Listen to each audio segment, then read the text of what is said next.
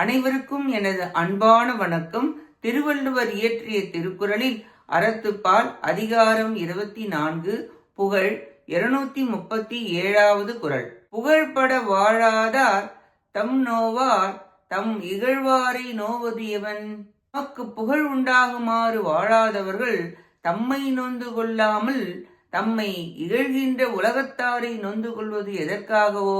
தர்ம மார்க்கத்தில் நின்று முயற்சி செய்து சம்பாதித்து நற்பொருள்களினாலே தென்புலத்தார் முதல் இறந்தார் கடையாக அனைத்து மக்களையும் பாதுகாத்து அதனால் புகழ் உண்டாக இல்லறத்தில் இனிது வாழாதவர் பிறரை இகழ்வது யாது பயன்?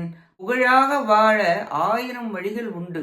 அதை கடைபிடிக்காமல் இகழ்பவரை, தனக்கு புத்தி சொல்பவரை நொந்து இகழ்ந்து கோபிப்பதனால் என்ன பயன் வரப்போகிறது என்கிறார். புகழ்பட வாழாதிருப்பது அவர்களின் குற்றமில்லை, உன் குற்றமே என அறிவாயாக என்கிறார். குறளாலும் புகழ் இல்லாதரது தாழ்வு கூறப்பட்டது. நன்றி, வணக்கம்.